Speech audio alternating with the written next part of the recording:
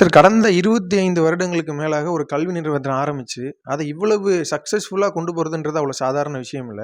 இப்போ உங்கள பார்த்து தொழில் தொடங்கணும்னு ஒரு சில இளைஞர்களோ, இளைஞிகளோ முன் வரலாம். அந்த மாரி இளைஞர்களுக்கு நீங்க சொல்ல வர அந்த ஒரு சில ஆலோசனைகள் என்னவா இருக்கும் சார்? அது அது இது பழையது மாரி இல்ல. முன்னாடியெல்லாம் நமக்கு ஈஸியா ஒரு கல்லூரி நடத்துவதற்கு ரொம்ப எளிமையா இருந்தது. ஒரு 15 நான் கல்லூரி நடத்திய காலத்துல எல்லாம் அந்த நெறைய உதவியாளர்கள் இருந்தார்கள். அது அனுமதி ஈஸியா கிடைத்தது. அது மட்டுமல்ல வந்து சப்போர்ட்டுகள் பல்வேறு துறைகளில் இருந்து நல்ல சப்போர்ட்டுகள் கிடைத்தது. ஆனா இன்றைக்கு சவால்களை மாணவர்கள், மாணவிகள் இந்த சவால்களை எல்லாம் தாங்கிக் கொண்டு, ஏற்றுக்கொண்டு அது இந்த சவால்களை முறியடிக்கக்கூடிய வகையிலே உழைப்பார்களேயானால், இந்த உங்களுக்கு தெரியும் இந்த அ ஒரு சில அடிமைக்கு இப்போ மது, அப்புறம் இந்த இன்டாக்சிகன்ட், கஞ்சா போதைப் பொருள்களுக்கு எல்லாம் அடிமையாக போகாமல், கடவுள் அதாவது எப்பவுமே கோவிலுக்கு செல்வது, இறை வழிபாடு, அப்போது அது உழைப்பு, படிப்பு, பெற்றோர்களுடைய அறிவுரைகள், ஆசிரியர்களுக்கு மதிப்பு, இந்த 5ம் கொடுத்து ஒரு மாணவன் வந்தான் என்று சொன்னால், அவன் தைரியமாக இந்த உலகத்தினுடைய உச்சி, அதாவது இஃப்ன்னு சொல்லிட்டு ஒரு போயம் இருக்கு ஆக்சுவலா. அது ருட்யார்ட் கிப்ளிங் தான் அதை எழுதினாரு. அவர் சொன்னார், if you really work hard, if you listen to my poem for for 10-14 minutes, you will be my son and also you will be my son in the globe. மாணவன் அல்லது மாணவிகள், நான் அவங்களுக்கு அறிவுரை கூறுவது நன்றாக படிக்க வேண்டும். முன்னாடி எல்லாம் சர்வைவல் ஆஃப் த ஃபிட்டஸ்ட்னு சொல்லுவாங்க. எப்படி வாழ்ந்துக்கலாம் அந்த டைம்ல. இப்போ அப்படி கிடையாது. இப்போ அது மாறி சர்வைவல் ஆஃப் த சிக்கஸ்ட் ஆகிப்போச்சு.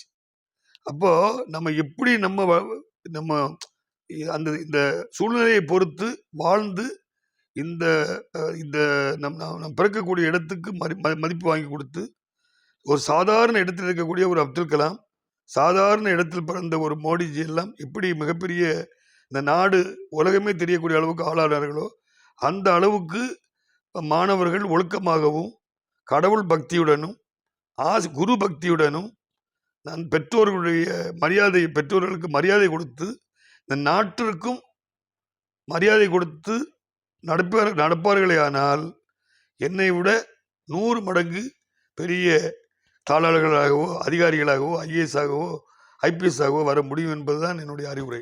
சார், நீங்க ஒரு கல்வி நிறுவனத்தோட தாளாளர் அப்படின்றனால இந்த கேள்வி உங்ககிட்ட கேட்கறது தான் சரியா இருக்கும்னு நினைக்கிறேன். இவ்வளவு கல்வி நிறுவனங்கள் இருக்கு, இவ்வளவு கல்வி முறைகள் இருக்கு. இவ்வளவு கல்வி நிறுவனங்கள் இருந்தும், இவ்வளவு கல்வி முறைகள் இருந்துமே, மாணவர்கள் வெளிநாட்டுக்கு சென்று தான் தன்னுடைய கல்வியை பயிலணும்ன்ற ஒரு நிலைக்கு இன்னைக்கு தள்ளப்பட்டிருக்காங்க.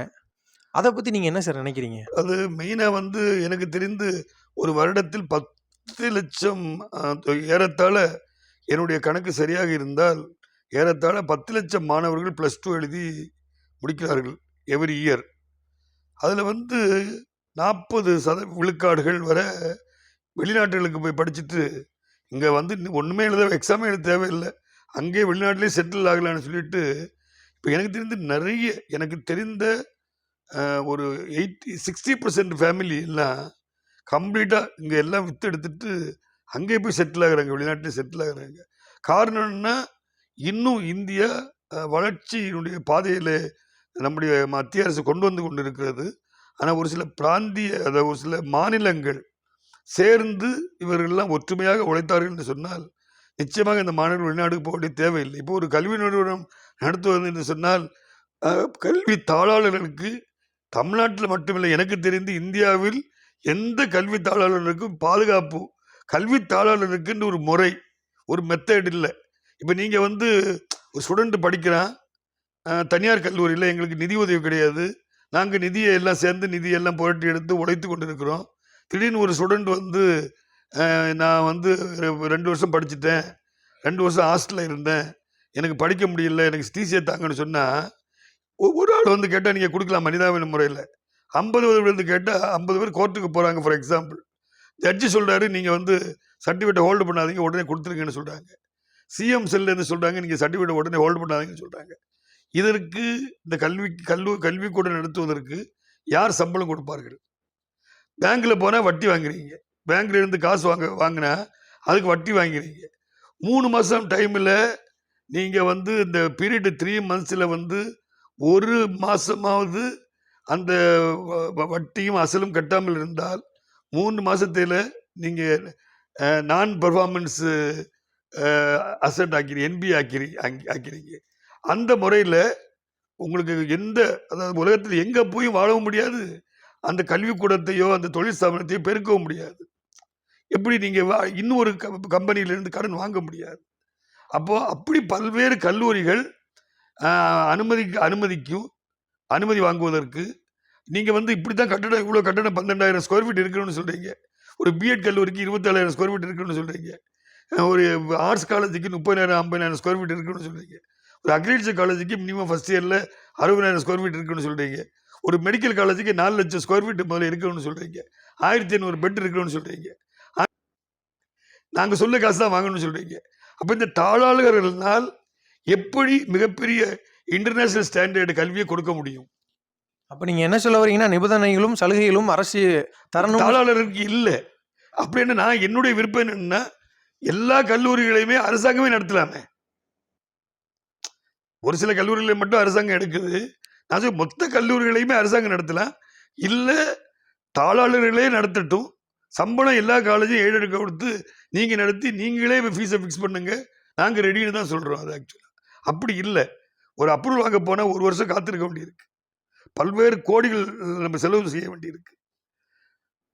நீங்க எதிர்பார்த்த அளவுக்கு இன்ஃப்ராஸ்ட்ரக்சரை வந்து பியூட்டிஃபை பண்ண இன்டர்நேஷனல் ஸ்டாண்டர்டுக்கு கொண்டு வர முடியவில்லை. இப்போ நம்முடைய கல்லூரி பார்த்தீங்கன்னா அந்த ஓரளவு ஸ்டாண்டர்டு கொண்டு வந்திருக்கிறோம். ஒரு மணிப்பால் ஸ்டாண்டர்டில் ஒரு 10% 20%ஆவது 30%ஆவது இங்கே இருக்கும். ஆனால் இது என்னுடைய சொந்த முயற்சியில் பண்ணது. ஆனால் அப்படி வந்து எந்த கலைக்கல்லூரிகளும் எனக்கு தெரிந்த கலைக்கல்லூரிகளுமே அப்படிலாம் இல்லை.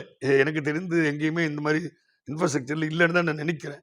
அப்போ வந்து அரசினுடைய உதவி 0, பாதுகாப்பு 0. அதாவது நீங்க தான் குற்றவாளி ஆயிருங்க.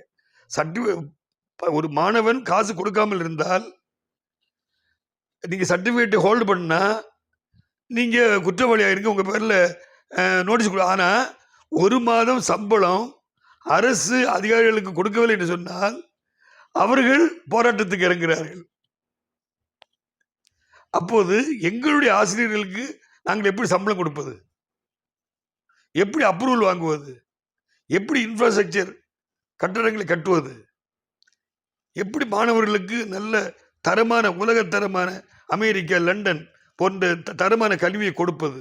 நீங்க சொல்றீங்க 10,000 ரூபாய் தான் வாங்கணும்னு சொல்றீங்க. 10,000 ரூபாய் வாங்கி நீங்க 40 ஸ்டூடெண்ட், 400 ஸ்டூடெண்ட், 40 ஸ்டூடெண்ட் ஒரு யூனிட், 44 ஸ்டூடெண்ட். நாங்க ஒரு 7,000 ரூபாய் 7,000 ரூபாய் வாங்குறோம். 7,000 ரூபாய் வாங்கி ஒரு 10 ஸ்டாஃப் வச்சு அது இப்போ டாக்டரேட் பண்ணணும்னு சொல்றீங்க, டாக்டரேட் ஸ்டாஃப் வைக்கணும்னு சொல்றீங்க. அந்த டாக்டர் ஸ்டாஃபுக்கு இப்போ உள்ள விலைவாசியில் நீங்க மினிமம் 50,000 ரூபாய் 40,000 ரூபாய் சம்பளம் கொடுக்க வேண்டியிருக்கு. எப்படி கல்லூரி நடத்த முடியும்? அதனால் எனக்கு தெரிந்து இந்த 10 வருடத்தில் புதிதாக எந்த கல்லூரியுமே வந்ததாக வரலாறு எனக்கு தெரியவில்லை. நிறைய கல்லூரிகள் மூடப்பட்டு கொண்டிருக்கிறது. நிறைய கல்லூரிகள் நடத்த முடியாமல், வங்கியில் இருந்து கடன் வாங்கி கட்ட முடியாமல் மிகப்பெரிய கஷ்டத்தில் விற்பதற்கு எனக்கு தெரிந்து 10-100 கல்லூரிகள் வியாபாரத்துக்கு ரெடியாக இருக்கிறது. இப்படி சூழ்நிலை போய்கொண்டிருந்தால் எந்த மாணவர்களும் இந்தியாவில் படிப்பதற்கு மிக கஷ்டம். அப்படின்னா நீங்க அரசு வந்து கல்லூரிகளுக்கு போதுமான சலுகைகளும் கொடுத்து எந்த விதமான நிபந்தனையும் இல்லாம இருந்தா உலகத்தரமான கல்வி கொடுக்க முடியும். அரசு கட்டுப்பாடோடு, அரசுடைய கட்டுப்பாடு எப்பவுமே நம்ம மீறக்கூடாது. அரசு வந்து தரம் பிரித்திருக்கிறது. இந்த A grade, B grade college, C grade காலேஜ்லாம் தரம் பிரித்திருக்கிறது. அப்படி தரம் பிரித்தாலும் கூட இன்னைக்கு ஏன் வந்து எம்பிபிஎஸ் காலேஜ் நடத்துறதுக்கு பிரைவேட் முன்வரல? ஃபார் எக்ஸாம்பிள் கேட்குறேன் உங்கள்கிட்ட, இன்னைக்கு எத்தனை ஆர்ட்ஸ் காலேஜ் இன்னைக்கு இருந்தது? எவ்வளோ பிஎட் காலேஜ் இருந்து எத்தனை பிஎட் காலேஜ் க்ளோஸ் பண்ணிட்டாங்க நடத்த முடியாம? அடிக்கடி சிஸ்டத்தை மாத்துறாங்க, சிலபஸை மாத்துறாங்க. யாரு சிலபஸை உருவாக்கணுமோ அவங்க உருவாக்குறது இல்லை. சிலபஸ் உருவாக்குவதற்கு இவங்களுக்கு சம்பந்தம் கிடையாது. அவங்களுக்கு அந்த டைம் இல்லை. அவ்வளோ ஸ்ட்ராங்காக சிலபஸ் உருவாக்குறது, கரிக்குலமுமே சரியில்லாமல் இருக்கு. இப்போ நீங்க சொன்ன விஷயங்கள் எல்லாம் மாத்திட்டால் உலகத்தரமான கல்வி நம்ம கொடுத்துட முடியும். சிங்கிள் விண்டோ சிஸ்டம் கொண்டு வரணும். அதாவது ஒரு கல்வி குழுமம் ஒரு நடத்தினால் அது அது இபியில் இருந்து அனைத்து துறைகளுமே வந்து அவர்களுக்கு உதவி செய்ய வேண்டும். நீங்க எப்படி ஒரு கல்லூரியை நடத்தி மாணவர்களுக்கு வந்து வில்லேஜில், அதாவது அர்பன் இருந்து வரக்கூடிய வில்லேஜிலிருந்து வரக்கூடிய மாணவர்களுக்கெல்லாம் நீங்கள் உதவி செய்கிறீர்களோ, கல்வி தரத்தை கஷ்டப்பட்டு குடும்பத்தை விட்டு குடும்பத்திலே கூட வேலை பார்க்காமல் இருக்கிறீர்கள். அதே போல நீங்கள் மாணவர்களுக்கு சப்போர்ட், உலகத்துக்கு மாணவர்களுக்கு உதவி செய்ய வேண்டும் என்று சொன்னால் நிச்சயமாக ஒற்றை சரளை முறை. நீங்கள் அப்ரூவல் ஒரு அப்ளிகேஷன் கொடுக்குறீங்கன்னா கவர்மெண்ட் அதை பார்த்துட்டு சரி இந்த துறைகளுக்கெல்லாம் அனுப்பி ஒரு ஒரு சிங்கிள் விண்டோஸ், நான் சொல்கிறேன், ஒரு வழி, நடை வழி, எல்லா அப்ரூவலும் அவங்களுக்கு கிடைக்கணும். அதை ஒரு 5 வருடம் இது பார்த்தீங்கன்னா எவ்ரி இயர் போய் அப்ரூவல் ரினியூ பண்ணணும். நீங்கள் இங்கே ஸ்டூடெண்ட்டுக்கு பாடம் சொல்லிக் கொடுப்பீங்களா, ரினியூ பண்ணிட்டு இருப்பீங்களா? ஒரு 10 வருஷத்துக்கு அப்ரூவல் கொடுத்து நிரந்தர அப்ரூவல் கொடுத்துடணும். அது கிடையாது. நீங்கள் அது அப்ரூவல் வாங்கணும், நேக் வாங்கணும், அதுக்கப்புறம் யூனிவர்சிட்டி ஸ்டேட்டஸ் போகணும், என்ஆர்எஃப்ஐ இது என்ஐஆர்எஃப்ஐ வாங்கணும். நீங்கள் இப்படி பல கட்டுப்பாடுகள் இருக்கு. ஆனால் அந்த கட்டுப்பாடுக்குள்ள கட்டுமானம் கிடையாது. அந்த அந்த இன்ஃப்ராஸ்ட்ரக்சர் அமைப்பு வந்து நம்ம நாட்டில் இல்லை. நீங்க கூறிய எல்லா விஷயமும் எந்த செவிகளுக்கு போய் கேட்கணுமோ அங்க கேட்டு சீக்கிரமா உங்களுடைய கோரிக்கை நிறைவேறணும். என்னுடைய வாழ்த்துக்கள் சார். நன்றி. நன்றி, வணக்கம்.